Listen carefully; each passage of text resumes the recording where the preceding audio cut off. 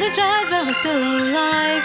It became a bad habit of mine, living my tawdry life, I'd only ever whine. Stepped into solitude, I like to drive. For in the village every person seen his lovely hair colored a lively green. That would be everyone except for me, with my white hair and life of tragedy. Deep in the whistling millennium tree, looked from on high above the forest scene. One day I knelt when it was only me, praying that God himself would hear my plea. For isolation is all that I've ever known. Life can be awful when lived alone. I cherish anyone that you might send.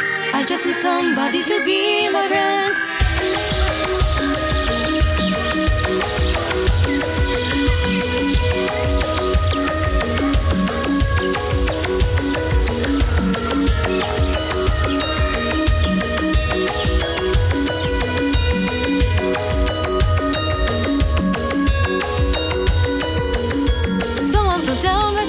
The tree. No one was there, which meant she needed me. I nursed her back to health, but she was weak. She at the time could only barely speak. I got to know her and the time would fly. We became closer, our lives entwined. Such a strong friendship seemed impossible. We were not like each other much at all. She would draw everyone around to stare at her most gorgeous emerald green hair. Her eyes like gemstones and voice like a melody. She was beloved while they hated me. But she this time with someone wretched as I am. That's something I just cannot understand. I was left wondering if her kindness was sincere. Don't you see you are not the outcast here?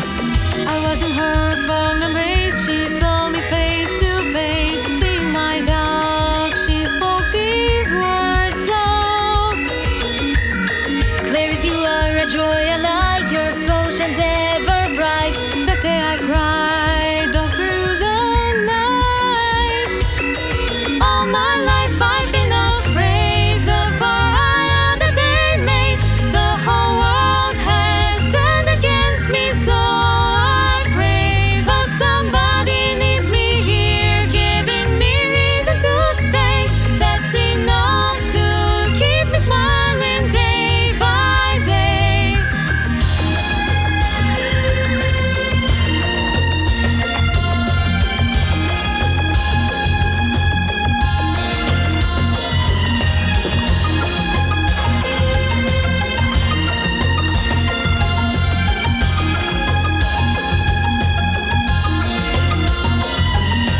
Since we were all stressed as we felt this war, both of us moved to the capital. So unfamiliar with nowhere to hide, but I'd be alright with her by my side.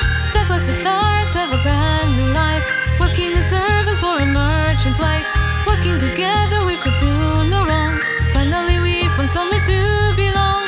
One night we met a handsome blue-haired man. At the banquet we changed our plans. He was enchanted by the voice of my dear friend. That marked the beginning of the end. The king of Marlon, the country across the sea, was enamored with my partner all too quickly. Even though he was already betrothed, he wanted her and called it off, I'm told. By the scorned girl's wicked hand was spread throughout the land. For the princess issued this command. If that is how it's going to be, I will make them kneel to me. Kill every green-haired woman you see.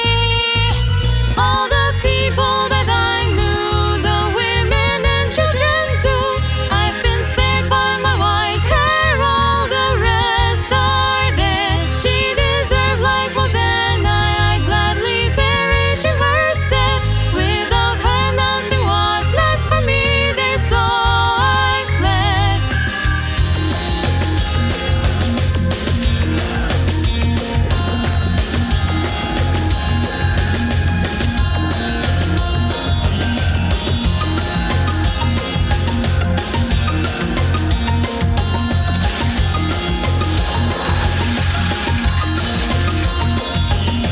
I'd apologize, I was still alive.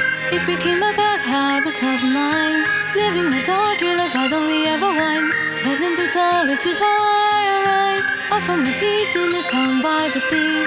Working in the church was the place for me. I heard the princess was beheaded for her crimes. If you ask me, it was a matter of time. Someone fell down right there beside said let's see. No one was around, she needed me. I nursed her back to health when she was weak.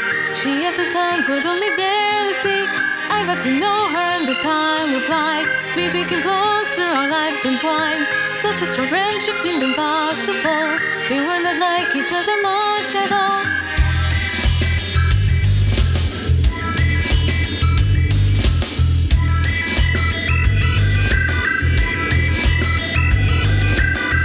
At the confessional, one night I had overheard the voice of the girl I had come to know. Then admit to something absurd. In this holy place, something malignant hides. She, my friend, has always been a demon in disguise.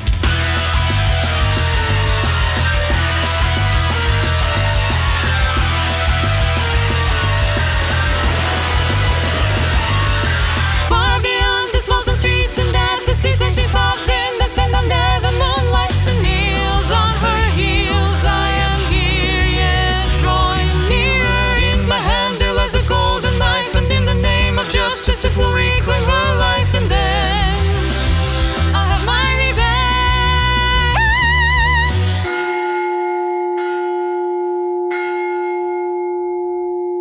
Michaela dear, there's something that I have to do. You need to know that I have failed you too. Even for love I couldn't see it through. I wasn't able to avenge you. Kneeling and see for my watch that she prayed. A lonely child who's always pushed away, begging for God to help her find a friend someday. My debt of kindness needs to be repaid. The girl, she knew nothing about self-sustaining. Today she made with just minimal complaining. This bread brioche, she said, was meant as a treat. After one bite I could not help but agree. But that evening beside the sea I saw something I can't explain by natural law. The specter of a boy rose from the ether, as though reaching out to protect her.